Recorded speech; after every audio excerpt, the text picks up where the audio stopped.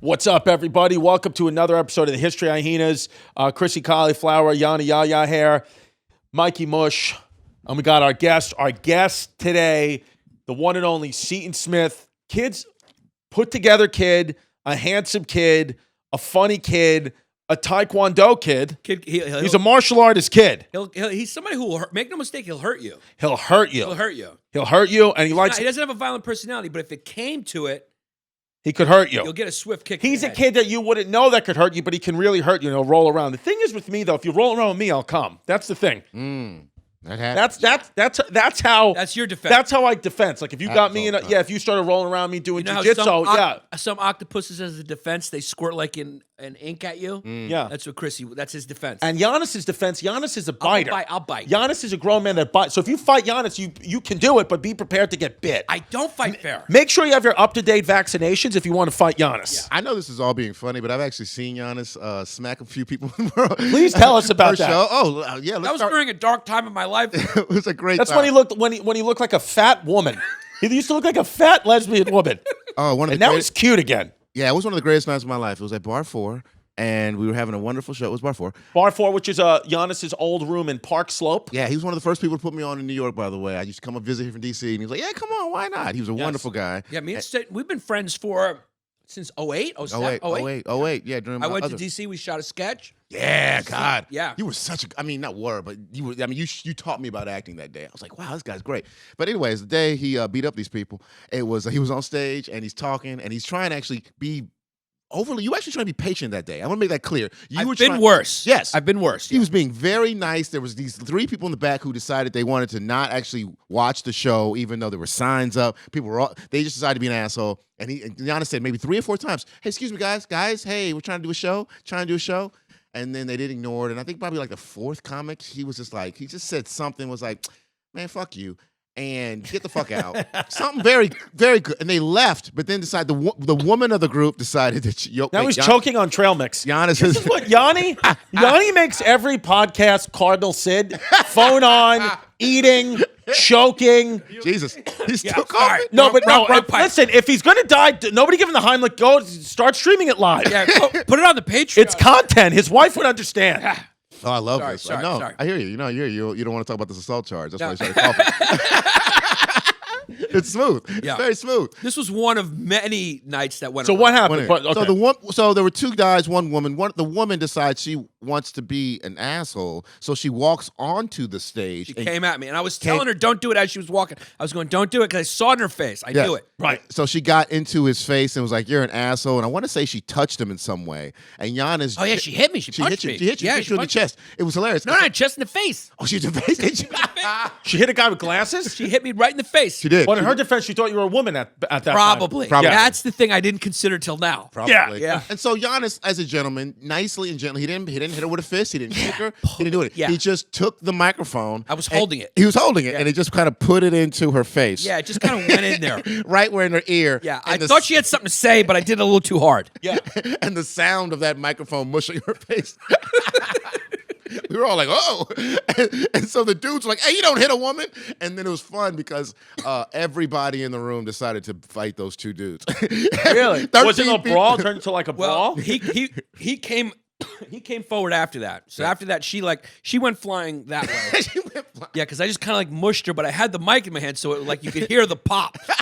And so she went flying that way. But she caught me with a nice one. It hurt. Was. No, it was a hard, it was a Deontay Wilder. And she did, I told you, she did like a little Sugar Ray. She did a little sugar. She went, I'm not English, because I was like making fun of her accent. I'm not English, I'm Irish, and I'm about to show you how Irish I am. And she did like she did like a little Sugar Ray 2-step, and I looked down. And that's why she did it, for me to look down. And then when I was looking up, it was just coming. Gypsy King, your ass. Yeah, she got me. And then, so he walked forward. He's like, hey, you fucking hit her? And he was coming. And as he was coming, I just took my glasses off, put him on the piano. It was amazing. Yeah, and he just walked up. And as soon as he got on the stage, I just punched him. Right in the face. And then I fell on him and I bit him in the clinch. Yeah. You bit him. I did bite him. Yeah, and then the entire crowd fucking jumped on them Yeah. to stop them and kicked them out. And then once they kicked out, I think Yannis might have said, all right, next comic, Seaton Smith. And Really? Yeah, we continued the show. Yeah, we continued the show. It was a Did great you have a good show. set? It was an amazing show. It was amazing. I mean, when the crowd fights for you, they're gonna laugh afterward. Bar 4 was a kind of a jail rules kind of show. It was like anything could happen. Right. There was one night where my favorite was when this drunk Mexican strolled in, and I made fun of him all the way. He was one of those guys who obviously like worked all day and just got hammered, Right. and then just strolled in looking for like a beer or a bathroom, and he just stumbles in, and he goes to the bathroom. I made fun of him all the way to the bathroom, and then on the way back, I was making fun of him more. Everyone was laughing. He stopped, and he was like, "I'm gonna come back. I'm going to kill everybody. I'm gonna kill everybody." And he left, and everyone got really nervous. The bartender locked the bottom of the door, and it happened real quick. Everyone was scared, and I was like, guys. I was laughing at with the mic. I was going, dude, that nothing is gonna happen. That guy is hammered. He's gonna go fall into some trash bags and fall asleep. Yeah. Like relax. But Right. it was like another night. I mean, so many things Wait, happened. one more. Second favorite story at Bar 4 for me was when you and your ex got into a fight, right? Via the stage. Yeah, via the She got stage. punched in the face too? No. They just kept saying. Yanni hits women. He like to hit women once in a while. He doesn't have a hitting women. Clip it. No, they were just saying shitty things to each other. They kept taking the stage and saying passive-aggressive shitty things to each other. And I want to say it started off when Yannis said, like, this is the problem when you bring, acts who aren't as good of you on the road with you. Like, kind of something like that. I said something probably dickish. Yeah. Dickish, just like, this weak-ass comic in front of me. I'm helping her out, and she's acting like an ass. One of those kind of like, oh. And then she got on stage. She was like, Nick, you're just jealous because Seaton had a better joke than you, and you're just bucking bombing on stage. You try to take it on me. And then he got back on stage and said something else equally as shitty. And it got so bad to the point where she left, and Yannis kind of stayed at the bar like, yeah, I don't think I can go home after that one. Yeah, it was a show where I would get too drunk. I was going through a dark time because my mom's Alzheimer's was flaring up, and I was living there. Yeah, your mom's was Alzheimer's fat. was flaring up, and so was your girlfriend's career. So Yeah, her career was Her career was, Yeah, she it was was. hot ticket. at that point she Now had she's hit. stuck in the mud again. Yeah. At that point, it was before she had flared up. So it was like I was trying to. That was during the period I was trying to hold her down. Yeah. Yeah. And Been there. but yeah, it was dark. There's a lot of and I would transition. get too drunk, but it was wild. And like sometimes I would do 40 minutes, sometimes I would do 10, sometimes I would do 5. It was just a free room. And that was the personality of the room. It was a little too crazy. Could have been run a little better, but it was a pure room. The And bar is closed, so it's really like, you know what, you did perfect. Yeah, and I still think the Chris Laker Awards. Did you come to the Chris Laker Awards? No. I still think that was the most punk rock moment. But tell who Chris do- Laker. I mean- Explain it. We did. Who's Chris Laker? We were making fun of. At the time, there was the ECNY Awards. Remember those? Yes, God. So one time, me and Nate had a podcast back then called "It Could Be Better." The fans heard that episode. Yeah, it could be better. What could be better is our camera guy's now on the road with Nate. Yeah. So he's the artist formerly known as Nate. Now he's the artist known as Jesus because that's what his fucking ego's. That's big what as. his ego says. I'm yeah. just kidding. I was just kidding around. No, I'm Got not. I'm telling 6-year-old the truth. kids in the crowd. Yeah. So we just started making fun of the ECNY. I was like, this is bullshit. And I was like, and then Chris Laker, who was on our podcast too, he was like, yeah, he goes like, yeah, I'm going to do the Chris Laker Awards. And we laughed, and I was like, let's do that. Mm. Yeah. They're like, what? And I was like, no, we're going to fucking do that. So we went and made a banner, like a real banner. We put it at Bar 4. We made up all these fake awards. The awards were hilarious. It was like, and what happened was Ted Alexandro, who's like a great moral awesome. person and a great comic, he won best stand-up comedian or best comedian for the ECNY Awards, and he didn't show up or he didn't accept it Why not accept because it? he just said award shows are stupid. Right. So we did a Ted Alexandro award, and we told him, and he came and he wore a suit because he knew ours was a joke, which is like, if you're going to do comedy awards, Yeah. that's what it should be. Yeah. This isn't a zero-sum game here, and like that's for actors who want to sniff their own ass. Yes. Let's just make it a big fucking goof and have fun. So we had awards like I remember best female comedian, and what we did, this was my favorite. We had a lot of jokes, a lot of funny ones, but my favorite was best female comedian. Is what we did was we put a bunch of female comedians' names in a fishbowl, and we just picked whatever out. We were like Leah Bottomal. She won. She won. Best black comedian was John Moses. He won. Yeah. Oh, that's funny. We had so many funny ones. And Chris Laker, me and Nate kept going up and just reintroducing Chris Laker as if it was going to be somebody else, but it was just Chris Laker again and again and again. And what would he do? He would do the joke we had written and about the whatever award. They were all joke awards. Every award was dumb. It was like an award show roast kind of thing. Yeah, most likely to die. I think it was at the time Soder and Joe List were drinking. Joe List had just gotten herpes. When he did it, Joe List won most likely to die, and he got up and his speech, he told the whole room, it was packed with comics. He told the whole room he had got herpes, and he told the stage, he's like, So hey, he had just recently gotten it. It's been a great year for me. He's like, I definitely have a drinking problem. I shit my pants. That's in that Seattle competition, and I got herpes. And then he was like, thank you, everybody. And people were like, what? It was fucking rock. It was so punk rock, man. Wow. And we were like, and then afterwards, we were like, well, we're going to do it every year because it was such a hit. Everyone was partying. We were drinking. And then we had a DJ afterwards, and it just turned into a big party. And I was like, no. I was like, let's never, ever do it again. Let's just one. Smart. And then they never did the ECN war. After that, the ECNY wars just like mysteriously died. They never did it again. Because I think we lampooned it so hard, we brought out kind of the truth of like, hey, this is all bullshit. We're comedians. We don't fucking stand there with statues and go like, I want to thank my publicist and, We don't make lists anymore, do we? Is our list? They still have lists, but it's almost like it's almost like now, if you're a comedian that makes one of those lists, it's like you most likely have roommates who are not doing well at all in your career, because I feel like they pick people to put on those lists where I'm like, I've never heard of any of these people, and I know they don't really work. So, but they made a list, so it's like, I guess that's good, but it's like, now I wouldn't want to be on your list. Yeah. It's a weird thing. It's like, almost like you're corny now if you're on a list. I don't know. Is the alt scene over? Or is it still going? Because like, remember it was like everyone wanted to get on certain shows. Yeah. It was like, I'm big. What's the big alt show now? Yeah. Is there an alt? I don't know. Oh, the Butterboy show maybe? Yeah, but I think probably Butterboy's the biggest. I mean, Have you ever done it? Yeah, I love Butterboy. I've never done it. I never. I'm just like not in that circle not anymore. In a circle anymore. Comedians You Should Know has a really good one. That's Chicago though, right? Chicago, and that one I did. That was nice. The one behind the bowling alley. Yeah. Yeah, that's a really. Do they have it in New York? Yeah, I'm saying the one in the gutter in Williamsburg. Oh, okay. We have it every Wednesday. That's a really good one. Good show. Yeah, Chicago's got a good scene. Chicago's an amazing scene. I mean, they have such a great generation of people. I mean, with Hannibal and TJ and Kumail. Yeah. And Kumail Nanjiani. Let me tell you a random story with this dude. I remember 2007 or 2008 or 9, it was a DC comedy festival, and we were all doing the whole Eddie Brill, remember the Eddie Brill auditions and shit? Sure. Oh, God, for Letterman and stuff, and it was like 14 comics on this one show, DC Improv, and everybody was bombing because we had to do our late night set, not address the crowd, that kind of horrible kind of show. And I think Kamal was the only one person who was just like, fuck it, I'm just going to address the crowd. And instead of doing his 4 minutes, he ended up doing like 9 or 10 minutes, just going, blowing the light. And I remember he got like lectured by Eddie Brill. You don't do that. You hurt everybody. You're being selfish. And I think like 2 months later, he was on Letterman. So, yeah, I believe it. That's how it works. That's I believe it. how it Oh, yeah. That's how shit always works. It always works that way. You know? Dude, he's a movie star now. And he's jacked. Jacked movie star. No, not Kumail Nanjiani. No, he's talking about Kumail Bell. We're talking about Kumail Nanjiani? No, I'm talking about New Jerry. Oh, Nanjiani. Oh, Kumail. Wow, you got your Kumails confused. It is a coincidence that there's 2 comedians named Kumail. No, his is Kunal. Oh, that's Kunal Aurora. No, you're mixing up completely different Indians. Yeah, Kunal is a Kunal Nanjiani. Right.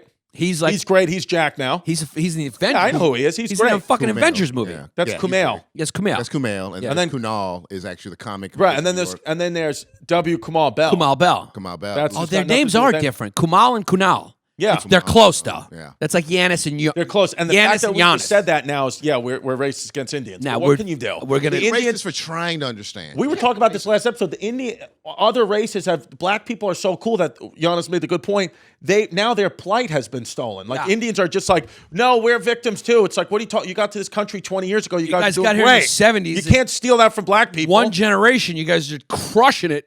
South Asians are more successful on average than white people in America, and like they're going like we're so oppressed. It's like that's kind of like spitting in the face of black people to me.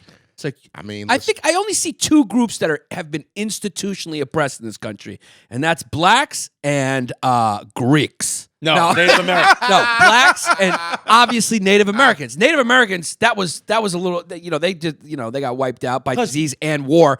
But blacks have been constantly like institutionally oppressed over and over, and now it's like everyone's kind of acting that way.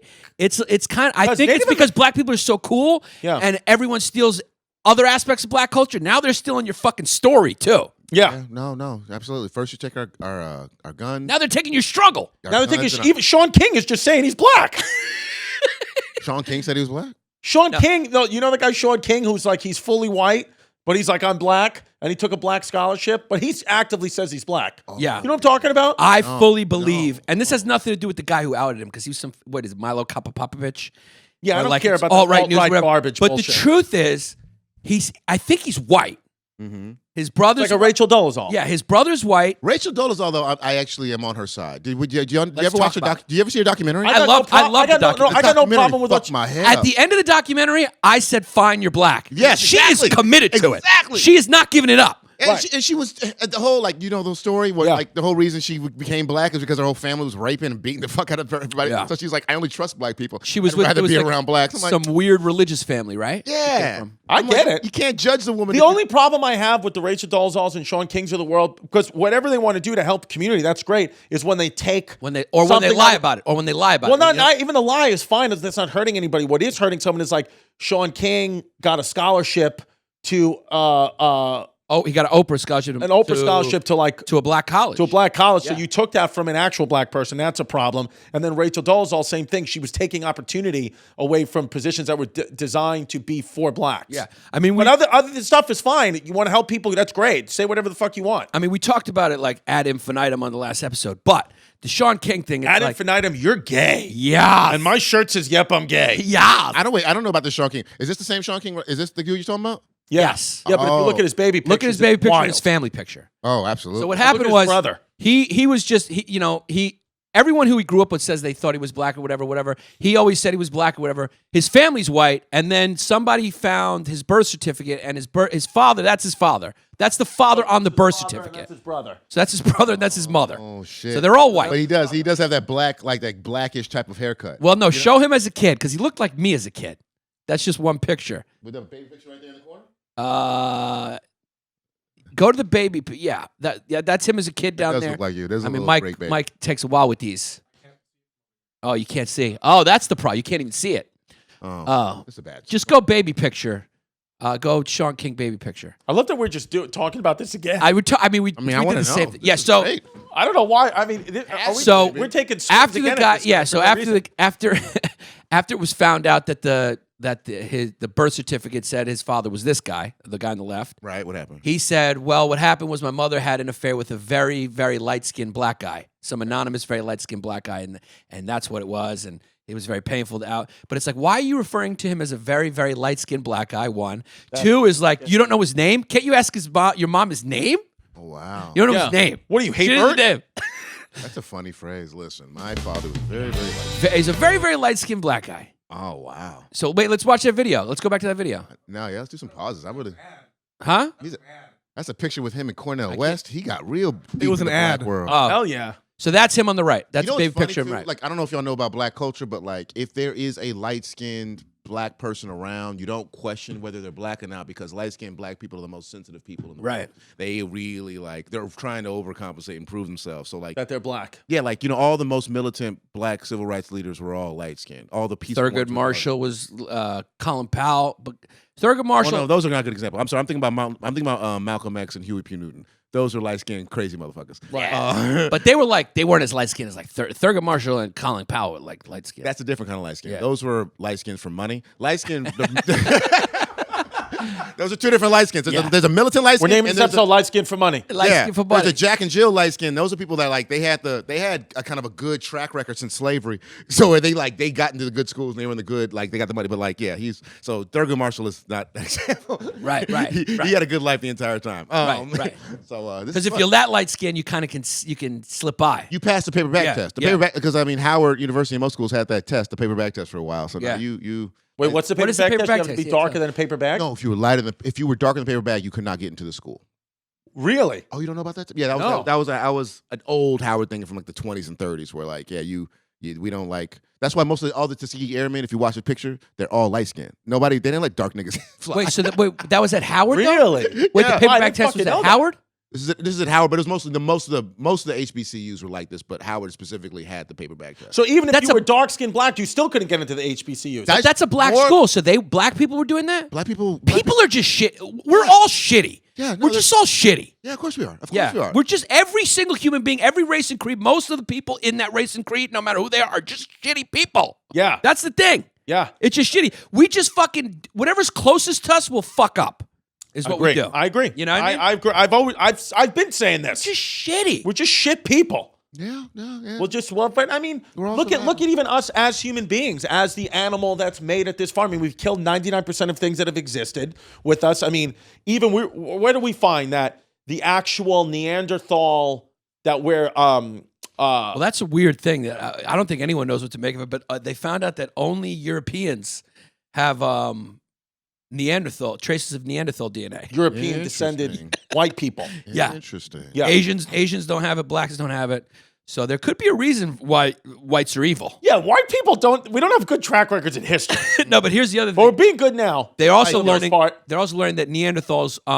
First of all, they were another human. They were another type of human. Yeah, and they also not weren't everyone's as created equal. they weren't That was as the problem. well. They're not as stupid. Neanderthals are finding weren't as stupid as they thought. Right. But they are seeing that they kind of humans and Neanderthals. At one point, there was 13 different types of hominids on the planet at the same time. Yeah.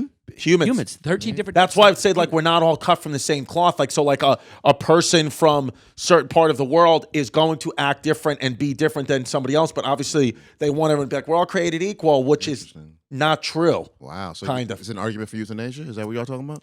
That's the bad. yeah. That's where it gets bad. Yeah. See, with him, you got to watch him because he's German. Yeah. So any I'm cut sometimes from a really different cloth. yeah, he catches himself once in a while, and you have to constantly check him and be like, no, that's not a good idea. My cloth likes to just clean. Yeah, they the like to Germans- just wipe up a little bit. Germans just always they have something in Where's your them hand? where the Germans are just kind of looking to do bad stuff. Right. You always got to watch those guys. I don't know if it's bad. It's just extreme. I don't know if you ever mess around with a couple of German girls. They're just really excited. They get over. That's what it is, and that could go wrong. That overexcitement. Exactly. In the When 40s, it went wrong. It went wrong. It went wrong in 2 world wars that they caused. Yeah. You're just problems. But if you visit Berlin now, good freaky time. Good, yeah. Freaky deaky time. Freaky deaky time. It's a real good time Ass to be on the fucking, all planet. that stuff. It's great. It's a great time to be on the fucking. You could do whatever you want now. Yeah. You could genuinely. I mean, there's no rules. What are the rules now? This is a good little era we're living in, I think. Like where there's like, especially if you live in a place like New York or something where there's like, I wouldn't say there's racial harmony, but we've gone past a lot of shit. Don't you think? Like if you look at based on comparing it to how things were, not even that long ago, we've come a long way. And it's a time where we don't have to go to war. There's plenty of meat. Like Wait, you're saying came a long way from what? came a long way from like the 60s, even like the We're talking about with racial harmony? racial No, harmony. well, that's one part of it, though. I mean, we got a long way to go, but I'm just saying, like, it's not horrific like it used to be. Oh, horrific. Okay. Yeah. Yeah, let's hear from your perspective because it is Black History It is Month. Black History Month. Yeah. Yeah. I mean, since you said, everything. I mean, shit. I'm very complicated when it comes to race relations because I've thought about it way too much. I would say that And you have banged a lot of white women as reparations. Yeah. I banged. You're doing your part. I've You're doing your part. You have on A6. You're doing your part to be white. I'm doing my part to make racial harmony, asshole. Okay? Yeah, All right. that's I'm more not like- gonna that's change what- I mean, the way Seaton's had it, Seaton's just put together nice. He's a good-looking kid. He's a good-looking kid. He's a very well-dressed kid. Yeah. I'm trying. I'm trying to make white people not be scared of me. Yeah. Yeah, let's talk, because Black History Month. Is this going to go up at Black History Month? It'll be up this week. Yeah. We have to shit. put Seaton up immediately because he's our Black History last Month. Black Was History there, Was guest. there any other Black History guests? Yes. We had we did episodes on Harriet Tubman, Garrett Morgan. Garrett Morgan. Garrett Morgan. Garrett Morgan is the best. Motherfucker. Yeah, Marvin Gaye. Marvin Gaye, Garrett Morgan. George Washington Carver, George and then Washington for guests, for black guests, we've had Andrew Schultz. Yeah. Nice. You. Okay. And No, we Jeff Dye. No, we had another. Who else do we have? Shit. Tiki Barber. Tiki Barber. Tiki Barber, Seaton Smith. Well, no, we just said Tiki and Seaton. We only want to have. Yamanika canceled on us, but we said if she came on, she'd count for 2 blacks because she's very black. Yeah. She'll no- come on. She got strong opinions. Yeah. Keith canceled also. Who? Keith canceled we were on us. supposed to. Yeah. Keith canceled. I'm not doing it, dummy. I'm the only one saying yes. Okay, I got you. You Yeah. and Tiki. And You and Tiki Barber. Tiki Yeah. Barber. We've all, yeah. We got two very white black guys. I resent that implication. yeah, kidding, I'm Chris kidding. is just, I'm kidding. he's a kid from Ridgewood. You can't No, the help reason it. why I wanted to have Seaton, main reason, obviously funny, but that's just doesn't need to be said. We all know that. But it's like I wanted to have somebody on where we could talk race, and it because Tiki can't talk about it because he's very corporate. Where Seaton could just go in and we could just talk openly. In here, Tiki which I did like. avoid it a few times, but I get it. Also, I Tiki has needed a loved it. comedian in. I wanted a comedian on because we're all fucking sitting talking about it. It's like we're all like kind of like brothers and sisters in this side of it. So it's like you could just be free and honest and talk, which I like. Yeah. You know? Yeah. So you're saying It's so the American story. what were you getting to? You were going to get to something, and then Then you went on a tangent? Oh. I went. Welcome to the Hyenas. Yeah. I hear you. No, I hear you. I hear you. When you talk about race, shit gets all awkward and shit, so you gotta talk it out and Yeah. stuff. Yeah, anyways, me being white, black, I don't know. I annoy the fuck out of black people. I ain't gonna lie. But why do you think that? Why do I annoy black people? Because I don't really think everybody's evil cleanly. Like I don't think Right. I don't believe in evil so much as I believe in stupidity. I think the government's a lot more stupid than it is evil. Because I think like a lot of times we think of these conspiracies like, oh man, the government's going out of the way to do this evil. I don't think the government's that capable to do that shit. Right. You know what I'm saying? I Right. just don't think they're smart. I think they're all just trying to survive and shit. Like I got in trouble for what? I was saying I think in 2020 being divided is like a business now. Like if division is like people are making money, like the fucking what's his face, the blogger. People finding What's the kid's people name? have Simon. jobs. Yeah, people Yes. people have jobs talking about problems. Yeah. Sam, what's his fucking Sam Shepard. Seth Simon. No, Sam Simon. Shepard. Sam Shepard. He's writing plays again? No. Yeah, Seth Simon. Seth Simon. Seth Simon. Like he doesn't want to really fix anything. Guys like that, they want to keep the division. They want to keep it up. So you know what I mean? Who is trying to reunite things then? Actually, No, I'm saying give me an example of somebody who actually is trying to unite things. Actually, I don't see anybody trying to do that. I think we are. I think I think we are a little bit. Our listenership is like crazy diverse. Like seriously, like we get a sample of it through our Patreon when we do our live shows. Nice. Yeah, and like we're not trying to capture a diverse audience, but for some reason, like we're not actively going for it. Yeah. But like for some reason, we have like as diverse a listenership. It like blows my mind. I like that because that means that like, hey, we're uniting people through funny. We're talking real. We're just trying to be funny. We're not trying to pander. We're just being us, and people are gravitating toward us of all creeds and colors and races. But I feel and like it's we got a lot of trans fans too. we do have trans fans. I feel like comedians, though, in an like whether it's subconsciously or consciously, some of us we're all kind of like united. Like if we were in corporate America, like we probably couldn't talk as like openly and honestly as we can like to each other at like the Comedy Cellar table or like a podcast. Like you just good. can't, because like you're all like we're not worried about anything because we're like it's all understood. Like we're just trying to be funny, but there's no hate towards anybody because of what they look or sound or act. Well, we like. have a bond. We because just hate them if we're they all suck at outsiders. comedy. Yeah, we're kind of comedians That's are a the good only point. group. Like, if you saw him, a kid from Ridgewood, me, kid from Park Slope, you from DC, black, white, Not from Greek, German, not from DC. Everywhere. It doesn't matter. Where are you from originally? I was born in San Diego, but I moved every 2 years growing up till I was 18. I didn't. Where'd you know graduate that. from high school? Montclair, New Jersey. Jersey. Okay. I didn't know. I thought you were from DC. You just came up I went at to college. comedy, Yeah, I college studied and comedy. Yeah, college and comedy, yeah. But I moved so many times. But it's easier to say that. Was your dad in the military or something? My mom was just a hippie. She just didn't want to be on her deathbeth and regret not doing something. When I would do Is she shows, still alive? Mhm. No, okay. Still doing shit. All right, good. all right. You go Yeah. do new things. Shit. Yeah. New, Seaton was the guy like when you went and did shows in any room in DC in the DC area, everyone would just Seaton was like the guy. It was You knew Seaton and Seaton. Tony Woods were the two names everyone would be like, yeah, Seaton. He was just like running. He was just the funniest guy there. Do you go back to DC still? yeah, I go there To work? like 2 or 3 times a year. Yeah, man. Yeah. I just did Kennedy Center. Then we did this other festival there. Yeah, I love that. Kennedy Center's great. Kennedy Center's great. Every room in that motherfucker's great. They had like a new extended kind of room there too. So it's just, Yeah. I was there like 2 weeks ago. Oh, did you? It was great. Yeah. Oh shit. Which room? Studio K or something like that. It was called. That's fucking awesome. It was nice. Driving up to that venue, it's just you just feel extra special. Like Yeah. just 'cause Yeah. it's like it feels like a White House and it's a great view of the lake. You're like, yo, I'm a Yo. real performer. DC's the most beautiful city. Like it's like a museum of a city. It is. It really is. And the people there are fucking dope. I mean, when I first moved there, it was a weird transition because I got there in 2000 when it was like when the gentrification just started happening. when the murder hadn't really finished yet. So like I got to see both of like I remember 2000 thinking to myself, looking at those abandoned row houses, going, "Fuck, I wish I had money," because those things are gonna be worth like $6 million, Right? and I didn't have money to do it. So it's a great fucking place. Now they are. Now they're a lot worth of money. fucking. Yeah. There's no abandoned buildings in that motherfucker anymore. Oh, I left in '99, right before. Shit, right. Like when I was there, it was like Northwest, and then there were like certain little slithers in Northeast you could go to. But like, yeah, there was like you were at nighttime. You were like, there was a lot of crime. Even Northwest, you get robbed. There was Northwest, I remember there was a drive-by 3 blocks away from my house. It was it's not a funny story, but it made me laugh. We'll make it funny. It was dark as fuck. Where dude got killed, right, in a beef. They had a funeral, and then the dudes decided to fucking do a drive-by on the funeral procession. Oh my God! I know. I was like, yo, and kill more people. Fucking freaky. Yeah, Yes, that's brutal. That's fucking freaky. And that was like not that long ago. I was like, yo, Jesus Christ! I remember when I was going to school there because I went to college there.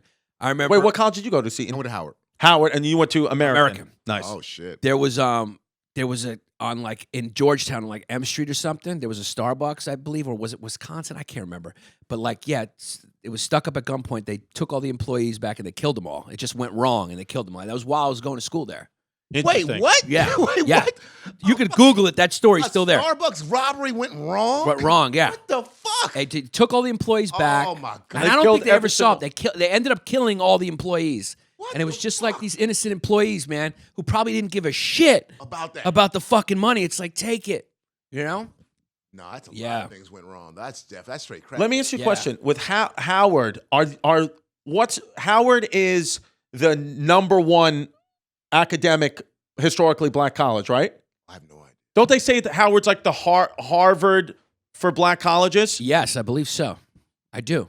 Yeah, I don't know if that's the expression, but maybe, Mike, can you look it up? Is that look true? that shit It's up. the I number have- one one. No. And the what it is, You got Morehouse, you got Howard. But Is Tuskegee still around? Is that like Tuskegee's still around. Tuskegee? Grambling. But I know Grambling had a white quarterback in the early 2000s. Hey, times have fucking changed. So that's my question. So Yeah. what happens now? Can you are historically black college now? Can anybody go? They've always been able. Yeah, they've always been able to go. They've always been open to white people. Always. Really? It's just majority are just not white. Just what white guy wants to? What white person wants to go? But Sean when I was- King. When I was Sean King, he can't wait to go. Exactly. No, there was literally when I was there, honestly, because Rachel Dolezal went to Howard approximately the time I went there. Really? That's the thing, because I remember when they mentioned her, I remember specifically this one white girl who used to wear dashiki and had like micro braids, and she was in charge of this one African fraternity because she was trying to like recruit people for that. And I remember seeing her, I was like, yo, is that Rachel? Because I had to call a couple of Howard friends, like, yo, is that the same woman? Like, nah, that's just another white woman who thinks she's black. Right. Wow. You know what it is? You know what's hard for That's me? crazy. For Yeah. guys like us, from Brooklyn, grow up in the city. It's hard. Of course, we can all understand like racism and stuff, but because we've been around so many different races, religions, and cultures and shit like that, like for me, I'm just like, when I see it, like we were talking about this on the Garrett Morgan episode, I was listening, like we were like, how do people from the South, like when we mentioned like Kentucky and like the Civil War stuff, it's like, how do you get your brain to a place where you think you're superior to someone because you guys have different skin color? Like, how does it even happen? You know what I mean? Yeah, education. Marketing. Education. Yeah. Marketing, industry, but we're No, I mean specifically education. The education system in the South is completely different than the ones in the North. They What do you think? They teach history differently. They teach the history that the Civil War was a internal dispute, not a real war. They call it the War of Northern Aggression. Northern aggression. Northern aggression. So that essentially that's the level, but also the idea that racism is a Southern thing is also something I never. No. But I mean, because like I said, I moved a lot, and my mother as a hippie didn't move around good people. It was a lot of shitty people. Like I remember when I was 7 or 8, and our white landlord kicked us out of our house. I remember all our shit on the front yard and just calling us nigga and shit. So I was like, that was in California where everybody was peaceful. Really? Yeah. So I mean, You know what's fucking wild? Like I literally, it must just be like a generation thing because I grew up Brooklyn. Some of my friends are like cops, firemen. Like what you would think is like the most, you would think from the movies, you'd be like, oh, these people got to be fucking pieces of shit, probably racist. Mm-hmm. I've never in my life heard any member of my friends or family say a racial slur. We joke around about it, but I've actually never heard it. I can talk about this. Southern racism and Northern racism are very different in that Southern racism is in your face but almost polite, and they'll just be upfront. Mhm. Like Southern racism is like, we don't want you here, now leave. Whereas Northern racism is usually like behind your back. But, well, almost like more paperwork based. Like you're not going to be in this building, but we're not going to tell you why. Right. But is that tied up in the Southern and Northern culture? Because Southern culture is like fake polite, like "Hi, welcome, have some sweet tea," and Northern people are a little more aggressive. Is it tied up in the culture? You know what I'm saying? Because think like that's more to do with racism. Maybe it's just you mix racism with Northern personalities, it comes out that way. You mix racism with Southern personalities, it comes out like, "Hi, how you doing?" Yeah, I mean that's like a surface issue where like it's like, all right, well, how it comes out really doesn't bother me. For black people, it's like as long as it's out, we're like, oh, we're fucking paranoid. Yeah. Yeah. Yeah, I don't. Somebody Well, called me. Like negative whenever on I'd go to Facebook. Mississippi, Mhm. like something would happen, and they're like, "Well, why did you go there?" Like the black people would be like, "Why did you Hey, go well, there?" that's stupid. That's a dumb idea. Yeah, I mean that's just. Whereas here it'd be like a protest if something like that were to happen. no, You know what I mean? People would be mad that it happened. Like, not like white people would be mad that it happened. Is what I mean. Like white people be the ones I who. think you overestimate white people. Honestly, on that level, I'm not saying white No, no, people what suck, I but mean hear is me like, out. Hear me out. Oh, sorry. For 57 years, black taxis weren't being picked up by black people, and we were laughed at. They were like, "Oh, what are you talking about, black people? The taxis don't." They laughed at us. Yeah. And Right. now Uber came out. Now it's not an issue anymore. So that premise that white people get mad when racism is not a real thing. You know, I had a joke. I had a joke true. about that though, and I don't know, maybe back in the day, but a joke was like, it is true because I had a lot of black friends growing up, and cabs won't stop for black people. It's true, but my joke was like, but that has nothing to do with white people. When's the last time you saw a white taxi driver? Yes. I was Yeah. like, oh, it's 1973. It was a movie directed by Martin Scorsese. Like, I was like, that is a problem directed at South Asians Yes. and Arabs. Yes. Because that's who, and in D.C., it was a lot of Africans who were And they taxi drivers. specifically would drive by me. Yeah. I remember being like stuck in that city, and I'd be like, "Hey, I'm white on the inside." I was yelling at just for the hell of it, just to see what happened. I'm and white on they the inside. could, yeah. So the racism it just comes in different forms. That's almost just like I had an original point before we even started talking about that shit. Well, I had the answer to your question earlier about the Howard is a Harvard of black colleges. Oh, okay. Yes, that is considered that, and it is part of the unofficial Black Ivy League, which are Fisk, Morehouse, Spelman, Dillard, Howard, Hampton, and Tuskegee. Nice. Oh. There you go. Tuskegee You're a fucking was- Ivy League kid. Founded by Apparently. Booker T. Washington. Yeah? Tuskegee. Tuskegee was about. Yeah. Oh yeah, we talked and Washington George Washington Carver. and Booker T were boys. Booker T made a phone call to him. Was like, come head up a botany department at Tuskegee, and he was making a lot of money. He dropped it. That's why I like George Washington Carver. He made a lot less money to start a botany department. Garrett Morgan. Tuskegee. For me, it's all about Garrett Morgan's Morgan. a I mean, that guy's superstar, fucking gets superstar. overlooked. Yeah, it's Yeah, he's overlooked. like me in comedy. Yeah. I can't believe people don't know more about Garrett Morgan. He invented the gas mask. You know how many fucking white lives were saved in World War I with the gas mask? Didn't he invent the traffic- chamber and the gun Yep. too? The street light. I don't know about the multi-chamber. I feel like he invented the guns. But you did just do the street light. Street light, but the gas mask in World War I, he invented that. His wife was German. He had a German Bavarian. wife. Yeah. Fucking wild. Yeah. Well, you gotta be crazy at that point. There was, the black guy actually invented how the trains buckle. Like you think he Yes. invented that shit too. From Baltimore, that kid. No, he was he's from Baltimore. Mm. I know who you're talking about. What's his name? Baltimore? Yeah, it was like a rent. No. The kid was from Baltimore. I'm pretty sure of it. I just can't remember his name. Yeah, I definitely Fuck. remember his name. Yeah, But that's fuck. I love the yeah. this But black Garrett person. Morgan's a superstar. What's what? Yeah. But Yeah, I no want to problem. talk about this because, like, Go ahead, talk it out. you just joked about that you were white on the inside. You made the joke. When Chris made a joke, it made you a little uncomfortable. I kind of understand that. Wait, what did I do? What did When I you do? when you joked about that Oh, I'm not black seat was enough, white, but but that's then like he that. just made a joke about it, and I was just saying, like, I understand it because there's a sensitivity to it in our culture and our history, and in my culture and history, like the Greeks were enslaved by Turks for probably comparable amount of time, for like 400 something years, Right. and if somebody calls me a Turk, even though I'm a comedian, we're all comedians, we make jokes about everything, whatever, it's fine.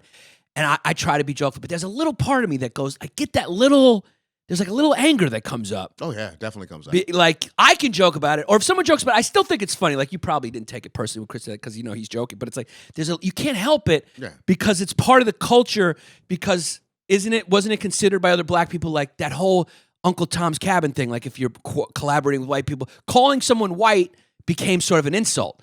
Same way for Greeks, because there were a lot of Greeks who collaborated with the Turks, worked for the Turks. If you call a Greek a Turk or something, it's like a mortal insult. Yeah, no, it's lovely, but it's one of those things where, like, when I was in my 20s, I really got pissed off about it and defensive and fucking tried to overcompensate. Now in my 30s, it's like I think Mulaney had this joke where it's like, you know, when you're in your 20s and you're like effeminate a little bit, you'd be like, people, oh, you're worried. Do you think you think you're gay? You're like in your 20s, but then you're in your 30s, you're like, I got real man shit I got to deal with. Yeah, And I I'm ain't wearing a worried shirt about that says, "Yep, I'm gay." Yeah. I know I'm not fucking gay. Yeah, You get comfortable in who you are. You get Yeah, I don't secure. care anymore at all. Yeah, get secure. I am who I am, dude. I can't be nothing else. And You probably get a lot of shit. So a lot of the shit also comes from the black side too, right? Oh, like much, people like, much more. you know, Seaton's hanging out white people, talking to certain like that's It's not even the hanging out with white people. Yeah. It's just more or less like you fuck with that white shit. Right. You talk weird. Right. It's like I don't even talk white. I just talk weird. I don't talk no type of black, but I don't talk no type of white. Right, No right. white guy sounds like Right, No right. black guy sounds like I just fucking sound weird. And you so sound like how you want to sound. I sound like I want to sound. Yeah. I sound like You I'm sound reading like my books. Seaton. Yeah. That's it. So it's one of those like, all right, well, you just gotta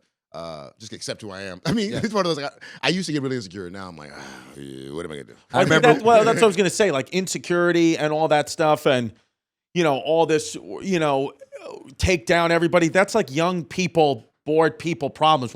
As you get older, Yeah. and as you got like real shit to worry about, it's like, is that really the biggest thing that's affecting me right now? Yeah. Most of the times, the things that college kids are getting so upset at are things that really, it's like once you get older, you're like, man, I see, like, you know, we talk about straws a lot, plastic straws, paper straws. It's like, that's not really that big of a deal. Yeah. You know, that's not really that big of a deal at all. It's just a thing that you're angry about because you're really angry at something else. I don't fucking know. That's all it is. They're angry about some other shit. You know? They transfer it to you. So I don't even contemplate when people call me white now. I'm like, I don't think you know enough stuff, nigga. Fuck it. Yeah. I remember when two good black friends I've had recently in college. My buddy Todd Robinson Right. and me and him used to go to. We loved Hootie. We didn't give you a wedding gift. Love Tootie. He didn't give you a We wedding loved Hootie. We loved Hootie. And then Donnell, when I was hanging out with Donnell when I first started doing comedy, Donnell's a he started listening to Hootie. And I remember it was like always a funny thing for him. I just loved Hootie because I was like free to like Hootie because I'm like a white kid. Yeah. So I can Right. so there's this thing where like, and I would always joke like, I was like, damn, black people are missing out on a lot of good music. You know what I mean? Just because like it's like taboo or something. Like Yeah. you can't be like a black guy and like Radiohead, right? You're like, what the fuck's up? You know? Yeah, no, it was a big deal for me to buy a white record when I was like 16 because I think I bought like a Lenny Kravitz. That was the first. It's not even a white record, but it was like rock and roll music. The first. get it. I get what and you're I remember going like, I didn't show it to nobody. And then after that, I bought a Beck CD and I didn't show it to nobody. Right. And, You're in the closet a in little the bit. closet liking this white music and shit. It was just like, but I fucking I grew up listening to a bunch of other shit, dude. Yeah. So it's just like, and plus it's annoying too when you. Because like I said, I grew up in a bunch of different states growing up, and so like when you start living with people who only lived in one fucking place. Oh, my so God, they have yeah. one definition of Sure. everything. You're just like, well, I'm not going to try to prove. That's my what it is. blackness to Well, a that's bunch what ignorance is. It's like, you know, they just fucking people don't know any better. Yeah. You know, well, that's why I was saying in New York City, it's like I would just never like one of my I was in I forgot where the fuck I was, Iowa, Des Moines Funny Bone, and one of the comedians, the MC, was talking about his friend, and then he was like, oh, you know, he kept saying my black friend, and I was like, why do you? In my head, I don't know the guy, so I was like, it was just interesting to me. I was like, I would never even think to even refer to someone as that. Be like, it's just my friend, like, or I have to, you know, say I'm telling a story about someone and be like, oh, and they were black. If it has nothing to do with the story, it's like, why? Because that's just white point of view perspective shit. Yeah, you know what I mean? Go ahead. Finish So, your thought. no, I'm saying so. It's like that. So, but it's like, Are they that- trying to signal like I'm a safe white person? No, that guy no. But my point is like that guy in Iowa. He's not a bad guy, but he doesn't even realize where it's like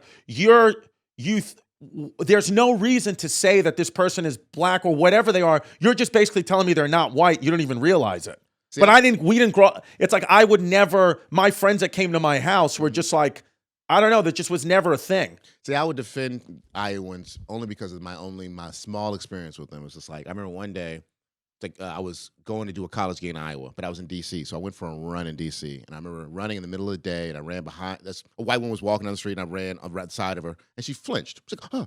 Like, Right. I get it. Flinch. Okay, cool. Black guy running down the street. Flinch. I remember I was in And then Iowa. came with that neurotic Seaton energy. Like, I'm sorry. Yeah, Did I scare exactly. you? I'm sorry. I'm Sorry, I'm just trying to walk by. sorry. Sorry. Walk by. So I remember in Iowa, though, the next day I was doing another run, and it was literally the middle of the night. It was like 9 at night. It was pitch black, and I ran by a white woman, and she turned to me and smiled like, "Hi, Yeah. welcome." And I was like, "Oh, it's just like one of those like I know the wording he used in Iowa was wrong, but I almost was like, but they have maybe that's a little racist, but I know their undercore is like sometimes it's like."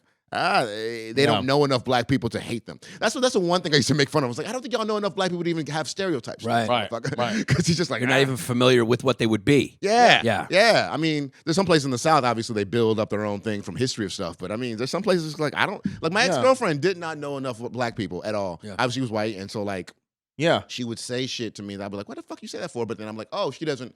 I don't think she knows enough black people to even know. Yeah, I just was able to realize, like, as soon as you start to get like smart enough to know anything, like in high school and stuff, like when somebody would be like, you know, whatever you would hear, like, hey, stop talking black. It's like, what is that even? Everything is from the white point of view, where it's like, it never bothered me. It's like, you talk how you talk. Like, remember, it was always talk about like ebonics. Like, to me, it's like, that's just that's just their own language. It's just a language. It's like, it doesn't bother me if you have a French accent, because I'm like, I know whatever. But there's history. There's complicated, nuanced history there. And you know with what fucks that, me up with the about way, like, when you say like talking black, like, there's like really like, I mean, Chris Rock had that great bit about it, where it like really brought it to people's attention, where for most of African Americans' existence in America, if you read, it was a crime. That's crazy. Like, that's a crime to learn.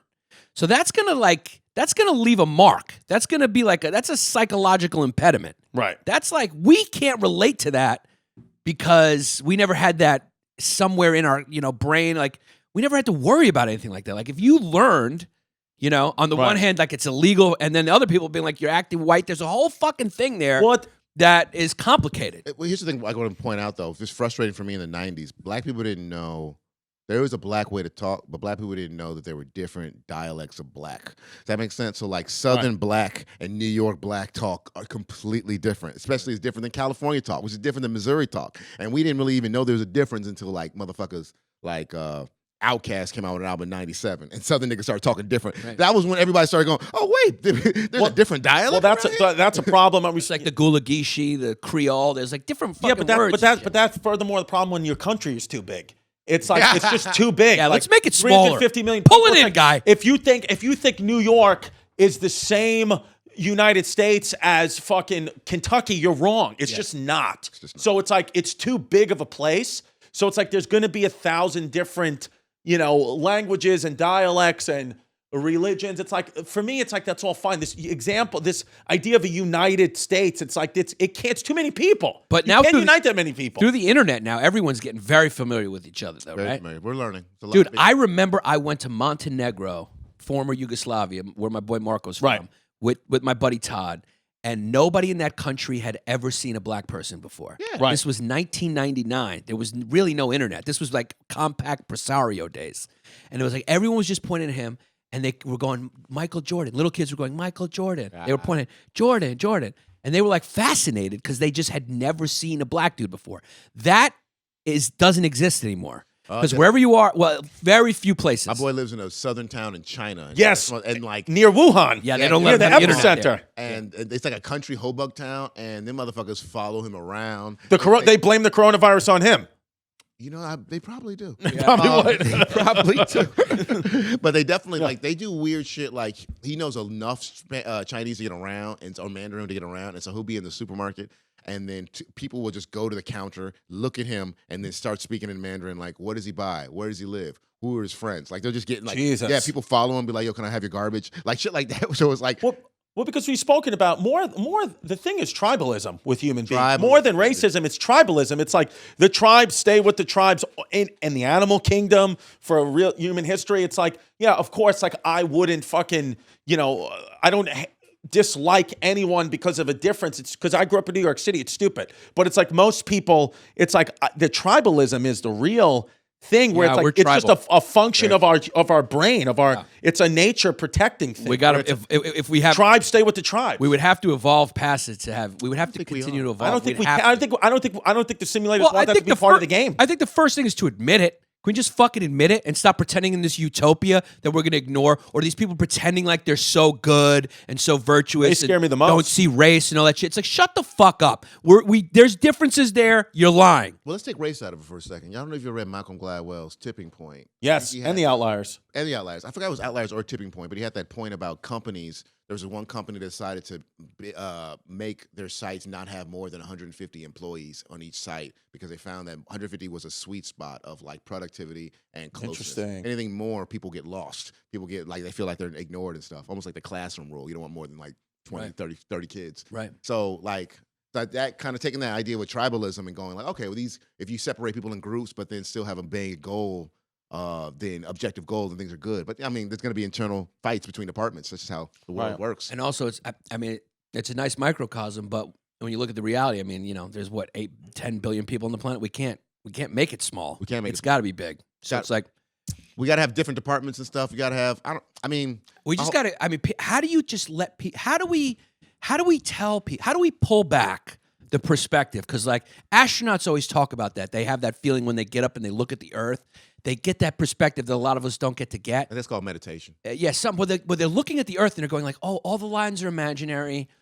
All that shit is bullshit because the farther you pull back, the more you see. Yeah. So it's like, how do we give that to people when you look at, because here's the deal. Racism exists, all that shit, but racism is not as big a problem as tribalism, as humanity's shittiness. Because if you look at Pakistanis and Indians, they kill each other genetically, they're the same. You look at Croats, Serbs, all that shit, they're killing Ukrainians, right? They're killing each other. You look at all the wars in Europe, those countries killing each other, the French and the German, those people genetically pretty fucking similar. Greeks and Turks, I just did my DNA. I'm half Turkish. So it's like, Oh shit! Yeah. Oh, you were really offended if somebody called you Turkish. yeah. So it's like, it gets complicated. It gets complicated. Like you might look in and see some European in there, in African Americans, get a lot of raped. And European. then, fuck you. Yeah, no, there'll be, and it happened by rape, and it could have happened by rape in my family. It could have. But that's the whole thing. I read the book *Sapiens*, and when that author talked a lot about culture, and he was saying like with culture and cancel culture and appropriating culture, he said he understands it. He said, but in its essence, it's silly because he said he brought up the idea of human culture because he was like, whatever you think your culture is, whatever way you're wearing your hair, whatever religion you think you are, most likely it was just your great grandfather and grandmother's conquerors that raped and put their culture into yours. Because right now in 2020, the world, we've been around too long for anything to be really, really your culture. It's just a melting pot of all humans just into one thing. Right. So that whole book, I thought it was an interesting chapter. He was like, that appropriating culture, it feels silly for anything. Because it's like it's all from one. Also too, I think my perspective on, as I'm getting older, the perspective on fights and disagreements has completely changed. Two reasons. One, I started fighting a lot with the MMA stuff. Yeah. And I found that when I would have conflicts with some of my teammates, it was interesting because in most situations in life, if I get angry at somebody, I know I can't fight them, right? But I want to fight them. And so now there's a lot of tension of like, all right, well, how do we deal with this problem? But when you're fighting somebody already and you have a problem with them, it's like, oh, we're fighting, but we still actually come off the mat and actually have a real conversation about what's going on. Sure. And it's interesting. So now fighting becomes this tool of just like, not even a tool, just like, for example, there's one dude who... You almost become more reasonable. You have to. Right. Like, I have to believe the benefit of the doubt this dude because I put myself in these situations and I have to... We already did that thing. We handled it that way. That's the only... We have to do that. We have to do that. So there's this dude I was fighting for a year and a half. I completely respect him. He was a 135-pound wrestler kind of dude. So he was really, really skilled. Division I, beat me up every day, put me on my back on the mat. But on kickboxing, I would beat him up. So it was an equal thing.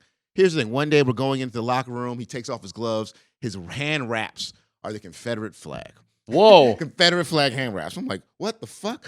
But I didn't know what to say because we just finished fighting 5 minutes ago. So what You're going to fight again? Yeah, I'm not going to fight him again. I mean, Is that a bit? That's a funny bit. I probably got a problem. Yeah, but thank you for giving it to our podcast. 'Cause that's fucking hilarious. Yeah. So weird. You're like, no, what is that? Damn, we just fought. We just fought. So now I got to sit there and like go. It's like it happened in reverse. Yeah. So I was like, but then like later, like a couple weeks later, he was like, hey, by the way, I don't know if you saw, I had these wraps that looked like Confederate flag, but they were actually American flag. But when I wrapped them, they looked like Confederate. I don't know if you saw them. I threw them away. So, but it was one of those, if I flipped out, he would have had to explain Why that. did Confederate flag? Wait, was that true, you think, or he was just making a rationalization? The way they were wrapped, it made sense because they had stars and stripes, but the stripes were like in the inside. So when I saw it, I was like, it is a bad wrap. You should throw it away. Right. But okay, another example. Another time I was in Australia. But what if it was? Yeah, what are you gonna do? What are you gonna do? Yeah. What are you gonna do? I don't know. I got to believe in the benefit of the doubt because he's a nice guy. Another time, this dude he's an Indian dude who lived in Australia, and he was a jiu-jitsu guy. He's 25 years old with a black belt, which means he can kill you in fucking seconds. I remember at one point we were rolling, And you know, I don't know if y'all know how jiu-jitsu works. If like they put you in a position where they can choke you or break your arm, you have to tap and ask them not to do that. So Right. basically, you asking them not to kill you, and they don't. It's nice. Right. So I rolled with this guy, and he was such a good fighter. I think he tapped me maybe 5 or 6 times, but he was doing it while watching an NBA playoff game. So he was commenting on the game, giving me advice, and tapping me at the same time. He's like, watch yourself, pop, pop, pop. Oh, man, why didn't you go for that pass? Pop. It was amazing. Wow. It was amazing. After that, he's so obsessed with black culture, hip-hop, NBA stuff. He's trying to talk to me, and he's referencing some story of some rapper beef, and he says the word nigga. He says it. He says, but he says it in like an accent. He's like, nigga. But he didn't. He was white guy. He's Indian. Indian. Sorry. He's Indian. Okay. Yeah. Sorry. Interesting It was to find interesting. out. It's an interesting problem. But here's the thing. I already asked him 6 times not to kill me. And he politely did not.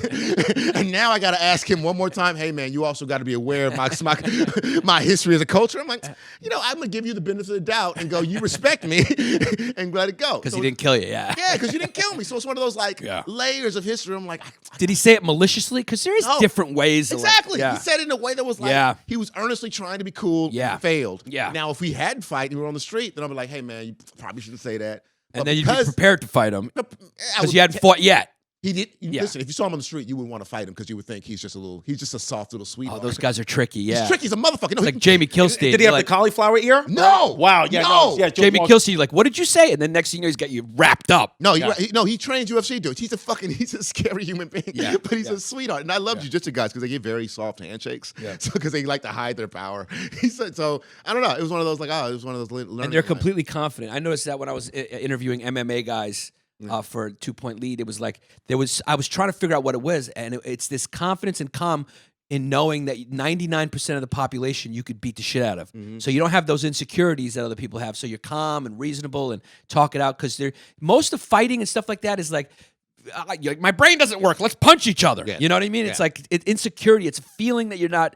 That you need to overcompensate for feeling low. Yes. It's like, but when you're sure you can whoop somebody's ass, there's no real reason to because you're sure. You're like, look, we could do this, but it's going to be over quick and you're going to get hurt. So it's like, what do you want to do? You want to talk it out? Let's talk it out.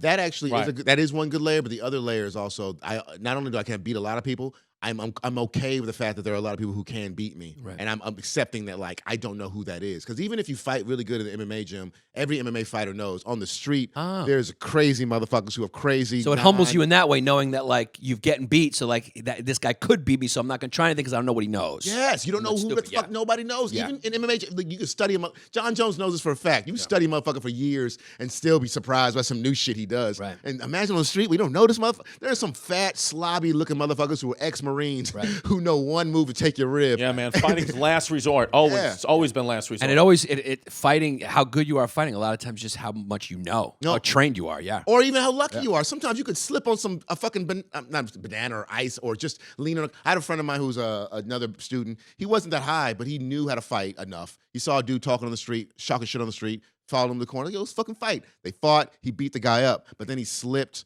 He caught himself. And then he looked down and saw his arm was broken.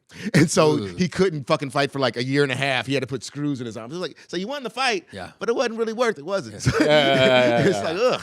So talking to fights, the Tyson Fury, Deontay Wilder. dude. I mean, that nobody expected that to be like Licking that. his blood. I mean, when you look at the last fight, Fury did touch him up every round except for like maybe 2. Yeah, And yeah. the knockouts kind of made it a little even, I guess. But it looked like Fury won that fight. So when you look at the whole story, you're like, that wasn't that surprising. No. The thing that was surprising is he put on that weight and people thought he was going to be slower and he looked sharp as ever. But the interesting thing to me, to relate that fight to this that just happened is Tyson Fury won. I mean, dominated him bad. Yeah, he beat the shit out of him. But beforehand, Deontay Wilder was trying to make race a thing.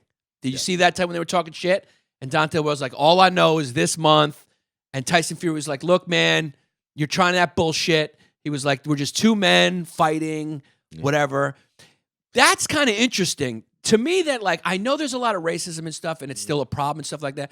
But you have to, that kind of feels like progress to me, whereas like the black guy was trying to make it a race thing, and the white guy was like, hey, man, this ain't a fucking race thing. I thought it was something deeper going on, where it's just like Talk to us. One dude was a really good marketer, and the other one's like still trying to figure out how to market himself. It sucks that He was trying to play heel there, or he was trying to make it, trying to sell it in some way. I don't even think Deontay's that more complicated to understand heel hero. I think he honestly is just trying to promote, and he's okay at it. He ain't great. Like he's knocked out 42 people, and the country still kind of doesn't know him. You're like, versus Fury, he is. I don't know if you ever study PR shit. That is the shit he did after he got up from that fucking. I mean, even before that shit, his whole pitching like, I got myself sober. I've had all these stories. He's one of the best storytelling motherfuckers I've ever met in my life. He can spin bullshit out of bullshit. He's got personality too. Exactly. Yeah. Deontay's not that guy. He's like, I'm gonna punch you. Yeah. All right. It's just like it's not a race thing. It's one of those like, I mean, he just didn't know how to tell a good story. But you know what? If you tell a good story, shit. If you look at the history of boxing, though, often that was the case. It was like you look at Jack Johnson and then heavyweights after that. If there was like a great white hope, that's where the expression "great white hope" comes from. And you could feel people rooting for people based on racial. I don't feel like it's that. Maybe in a lot of places still like that. I don't feel it as much as I used to, because I used to feel it. Yeah. I used to feel it in like the 80s and 90s. You could feel, Peter McNeely. You know what I mean? Everyone's going like, this is going to be the guy to be Tyson. I honestly think the Mayweather and McGregor fight brought out race in a level that was like unparalleled. See, do you think so? Because I thought that was I think there's more nationalism too. Because I know just in the fight, I wanted Wilder to win just because he was American. Right. I'm rooting for an American. It's Deontay Wilder's American over Tyson. So I saw the country before I saw the race, which is both stupid things, but it's just how my brain works. Do you think a lot of white people were rooting for McGregor, or because he was white, or because he was underdog, or because I think the height. You got the Mayweather, but also Mayweather. Because I was rooting for Mayweather just because he was a boxer, and McGregor. I was rooting for Mayweather because McGregor talked so much shit. Yeah, I was rooting for Mayweather because he was American. I just think about being an American first. Yeah, is that wild? Is that racist? Even though I'm rooting for the black guy, you're racist against other countries. You're a nationalist. I don't know. I'm a nationalist. No, you're a good foot soldier. I'm a German national. Yeah, that's what it is. Yeah, gotta have teams. It makes things much more interesting. Even though I know the whole construct is stupid, but Mayweather also, you can't put aside his personality. I mean, he had those wife beating charges. He flaunts his money in everyone's face. He's not a great, lovable guy. He consciously became a heel in order to make more money. Yeah. I see that. And McGregor consciously made himself a heel to make more money. That was the whole event. It was like there was two heels against each other. So you're like, well, how do we promote this? But you think it did kind of think around race? It always only, comes out? It's because I couldn't help but notice how much they loved McGregor's effort against Mayweather. You were like, it wasn't that great. But I mean, the thing is, McGregor was old, but he did touch him more than Canelo. He did touch him, which is surprising. But Canelo was really young. I actually admit that I saw that recently. But I mean, Canelo's at least a boxer. Canelo's like skilled fast. I mean, McGregor fucked Canelo up. Did Canelo even touch his face? He didn't. I don't think he did. I mean, McGregor at least hit him. I would say of all the fights, had anyone touched him, maybe Sugar Shane Mosley touched him a little bit at the beginning. Yeah, he caught him. Other than that, who the fuck has touched Mayweather like McGregor did? Yeah. So it's like there's some legitimacy to that too. True, yeah, true. And I can't help but let go of the idea that like Mayweather did not train for that fight. He only kind of like kept himself in shape. He knew he had a lemon. Yeah, he just knew he was gonna make more money. So I mean, he probably even let it go those rounds to just say, I'm gonna go this route, let him tire himself out. But that'll happen around the 6th, 7th, and like it'll put on a little bit of a show. And I mean, he's such a superior boxer to anyone who he faced. To me, he's the greatest boxer of all time. It's not even comparable because he barely got hit. Yeah, really. I mean, not only did he beat everyone, he barely even got hit. My only issue with him calling him the greatest is just that like the other fighters who would be compared to him fought the people who would be problems. Like, for example, Sugar Ray Robinson fought motherfuckers who he had trouble with 5 different times. He didn't get, like, Mayweather would never fight a motherfucker he's had trouble with 5 different times. But who did he even have trouble with? I feel like he had trouble with Sugar Shane at first. And then he fucked Sugar Shane up. True. Sugar Shane was also on steroids. He also delayed that motherfucker for like 5 years after he should have. He delayed every fight that he should have had. He was like, but then when he did fight, like that's the thing with Mayweather, you got to look for reasons. You're like, if he had fought Pacquiao, but then he fucked Pacquiao up. When you look at the slow motion, it was a boring fight. He made it boring. That's the problem with Mayweather. He broke the code of boxing, and he's like, and he holds, and he's like, and he got that shell defense. It's like Jack Johnson. Yeah, nobody can touch his face, and then he holds. Jack Johnson, we did a whole episode on him. He was months ago. Best, yeah. Oh my God, watching videos because you were saying how the guy was beating you up, but also checking the NBA playoff games. Yeah. He was beating. They have footage of it. Him beating the shit out of this guy, heavyweight title, talking to the guy's wife, flirting with women, doing shit that was like he was like literally 30% destroying He almost Everybody. seemed like he was taken from modern times and put back there. Like those are the people who push things forward because they're Yeah. just bigger than the zeitgeist. In my opinion, though, boxing hasn't like evolved much since the 1800s. You look at the forms they were doing then; they're not much different now. They're like our fighting is like it's not like basketball. Basketball is one of the things we had to figure out the last 100 years. Fighting, we've been doing since day one. So do you think like Jack Johnson could stand toe to toe with Tyson Fury or Deontay Wilder right now, and it'd be the same? In my opinion, an even it fight. would, because of like, but I mean, people always like, oh, what about like genetic and our bodies getting bigger? But I don't Jack know. Johnson was a fucking big as kid. big as Big Deontay as Wilder. shit. No. Big fucking kid. Well, been- Jonte Wilder's 6'7". Oh yeah, maybe not as big as Deontay Wilder. But he was, Jack Johnson was like 6'2", 6'1". He was a big And fucking he kid. didn't get hit. That's the thing. Like he wasn't. It's not like he was like getting rocked. He was holding. He was like one of the best grapplers. Yeah. Standing up. So no, I think he. But boxing was different then. I don't think they were as skilled. The glove? No, I think they were. I think they were. You think much they more were? skilled. Well, I mean, videotape to me makes you a better boxer. If you could watch yourself on tape, you're gonna get a lot better. But Right. Has Deontay Wilder and Anthony Joshua ever fought, or No. Tyson Fury and Anthony Joshua ever fought? AJ has run from everybody. That's a Yeah. good story. He's run from I everybody. mean, he He's got. I good. mean, Because Joshua has to fight Wilder or Fury now, Fight right? Fury now, yeah. Fury's He'll a fight Fury beautiful next? boxer. Yeah, Fury's gonna fuck him up. Yeah, he's gonna fuck him up Fury's gonna too. fuck If, him up. as long as he doesn't if he does trains and everything like that, he's gonna fuck him up. He's gonna fuck him up. But here, to my point, tell me if I'm wrong though. It's like the Klitschko's dominated heavyweight division, which is the most popular division, the one that everyone talks about for a little while. Mayweather is the top grossing boxer. He's black, Right. so it's like that's not all black people tuning in. Maybe it's white people tuning in to hate him. I don't know, I don't but he's still a star. I'm just saying, like it used to really be like everyone was rooting for the white guy, no matter what, and they hated the black guy. Until a certain time, and now it's like the Klitschko's dominated. No white people were talking about like, hey, the whites are on top of. I never heard it, never felt There's a that. guy named Lomachenko who is considered the pound for pound pound for pound best in white circles. Right. In white You mean circles. Triple G? No, No, about Lomachenko. Lomachenko. Vasyl Lomachenko. Yeah, Triple G's good too. Triple G is really good. Yeah. I think he won against Canelo, but no. But and Lomachenko's amazing to watch. So am I just? Is that me coming from like a blind white perspective that You're like? completely right about that. 'Cause Yeah. That's what the Rocky was. The entire premise of Right. Rocky was that. based off of. Let's see if this white guy can beat this black guy. It was that whole like let's see if we can beat Ali. So you're saying it's gotten better? It's just not all the way. There's still that. I think it's still there. I mean, Right. I honestly think you watch I the agree with UFC that. fight. If you don't know anybody in the fight and it's a black and white guy, I'm automatically unconsciously going for the black guy, Right, just in case. right. I'm like, let's see, Right. and then absolutely. But then if I actually know the guy, then I'm like, It's so funny how much race in America has played out through sports a lot of times. yeah, absolutely. There was that whole Celtics and the Celtics and the Pistons when Yes. Isaiah said that about Bird, but then Bird came and was like, whatever. And then Dennis Rodman supported Isaiah, and then everyone hated the Pistons. And Larry was like the Great White Hope. He was. So it's always kind of played out in sports. This kind of like racial divide. It's an interesting It's the- story. it's- It sells tickets. It's movies. It's the American story, man. We have this. It's the American story. Like who's more American than black people? My parents I'm not as American as you, right? Like, are you as American? You're not as American. What are you, German? Like, European, yeah, you yeah. guys were doing something to Jews. Like, you're someone in your Your ancestors. mom, your mom banged out David Dinkins. Yeah, my mom probably did bang out there. Well, David Dinkins definitely put his hand on my mom's leg. They were best friends in David law Dinkins school. is the only American mayor. Yeah, but you got probably 2 generations ago, you had someone who changed their name just so they said they weren't in gotta go, Doc Bubba's? out. I gotta go. Yeah. Oh, Exactly. scene's got to go. Yes, he's sorry. gonna go. I'm sorry, Anyway, Al. we were just getting intense conversation too. I This know. is a good one. Yeah, it's a good good. one. I like I this. This is a different speed than our other ones, which like is it. what we love about our podcast. Yeah, it goes. Every super episode speed. is completely different. Sometimes it's silly, and then sometimes we go into deeper shit. Yeah, I do shit like this all the time. I'm not as silly as I used to be. I just like You're silly and funny. I mean, you're silly and smart. So you could go one way or the other.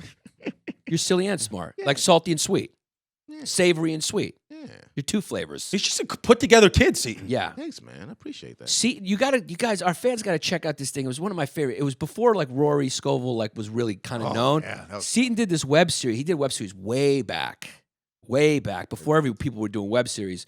And Rory played like the heel in it, and Seaton plays this protagonist where he's like paranoid. There's people watching him, and it turns out that they are, but it's like a little funny too. It's really dope. Thanks, man. What was it called again? It's called Annoy Charlie Smith. Is it still around? Yeah, Can it's you on Google YouTube. Annoying Charlie Smith? Annoy Charlie Smith was about a guy who discovers a multi-million-dollar organization whose sole purpose is just to annoy him. And so So it was really funny, but it was also like a thriller. It's a mix of a few genres. It's a mixed bag. It's fucking. It looks like the amazing part about it is back then to shoot it back then too, when technology was still good, but it's not like it was now. And it looks like you had a crew. It looks like you had money. It looks like you had a budget. Yeah. But yeah, then when none you of talk that. about it, you're like, nah, man, that was me holding the camera. That was me edited it. Yeah. That was my girlfriend who played that. Rory, he's a comedian. Because I didn't know who Rory was. I didn't know the other people. I thought they were. I was like, damn, you must have like extras and a whole crew. I was What part of- year was that? Seaton, did you do that? 2008 and 9. I went to Montreal, and after I did Montreal, I noticed everybody had their own thing. So I was like, fuck it, I'm going to do my own thing. So in 2009, I released it. And it was fun to watch Rory and edit him and then put him in my thing and then like see him in that movie I Feel Pretty with Amy Schumer and just feel justified. Like, Yeah. wait a minute, that wasn't crazy. This No, motherfucker's a genius. Rory's one of those guys you hang out with him. It hits you immediately. Like, oh, this guy's a star. And he has his own unique energy that like is Rory. There's like nobody that and he's got that Bill Murray thing where he says he takes a line and it's just a generic line. And he just puts a person, he soaks it in his personality, and it's funny, and it's a je ne sais quoi. You can't say why. There's no formula to it. It's all his personality. It's his soul or whatever he does. He just wraps it in his personality. It's just only Rory can deliver it like that. Yeah. He's got that. It's kind of like a Bill Murray thing. Yeah. You know what I mean? So where people find you? What can they do? You got shows coming up. What do you got to promote? What do I got to promote? Let's see. Something fun I'm doing. I did this cool commercial series with Jay Williams and Neil Brennan. And we're doing like a parody of SportsCenter. So during March Madness, we did like 40 different commercials where we'll have spots around. So if watch March Madness, you're gonna see me doing this thing called Fuck That's yeah. awesome. So that'll be on the Any air. live during dates March coming up? Live dates? Live dates. Yeah, I'm doing Governors of all places in April, and April 3rd and 4th, and then GovsComedy.com. yeah, man. But for the most part, I'm being in town, just recording a lot of these This Week at the Cellar stuff. SeatonSmith.com. SeatonSmith.com. Seaton Check out Smith.com. Seaton, one of the funniest guys around. Good friend of mine. Thanks for coming in, man. Yeah, and check us out, historyhyenas.com, ChristyComedy.com, YannisPappas.comedy.com, live shows, Gramercy Theater, March 19th and April 29th, Wall Street Theater, Norwalk, Connecticut. Yeah. You. Follow us at History Hyenas on Instagram. Make sure you leave a review on iTunes. Thank you very much. Peace. Peace.